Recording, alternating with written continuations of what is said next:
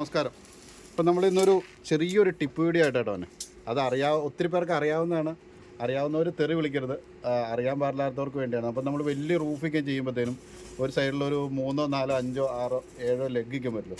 അപ്പോൾ ആ ലെഗ് വരുമ്പോഴത്തേനും നമുക്ക് എല്ലാ ലെഗും വാട്ടർ ലെവൽ നോക്കേണ്ട ആവശ്യമില്ല.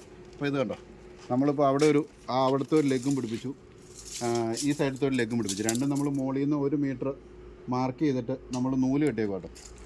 എല്ലാത്തിനും ഇങ്ങനെ നൂല് കെട്ടിയിട്ടുണ്ട് കറക്റ്റ് ലെവലിന്. അതായത് മുകളിൽ നിന്ന് അവിടെ നിന്ന് 1 മീറ്റർ വെച്ചു, ഇവിടെ നിന്ന് 1 മീറ്റർ വെച്ചു. കഴിഞ്ഞിട്ട് നമ്മൾ പ്ലേറ്റ് അടിച്ചതിന് ശേഷം ഇതുണ്ട്, നമ്മൾ താഴത്തു നിന്നുള്ള ഒരു അളവെടുക്കുക.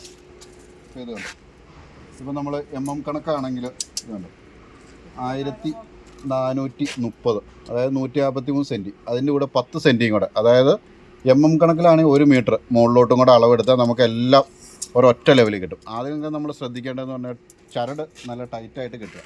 ടൈറ്റായിട്ട് കെട്ടിയതിന് ശേഷം നമ്മളിങ്ങനെ അളവെടുക്കുമ്പോഴത്തേനും കറക്റ്റ് നമുക്ക് കിട്ടും. അതായത് പിന്നെ എല്ലാത്തിലും നമ്മൾ വാട്ടർ ലെവൽ നോക്കണ്ട. അങ്ങനെ വരുമ്പോൾ നമുക്ക് 4 ലെഗ് മാത്രം, 4 സൈഡിലത്തെ കോർണർ ലെഗ് മാത്രം വാട്ടർ ലെവൽ നോക്കിയാൽ മതി.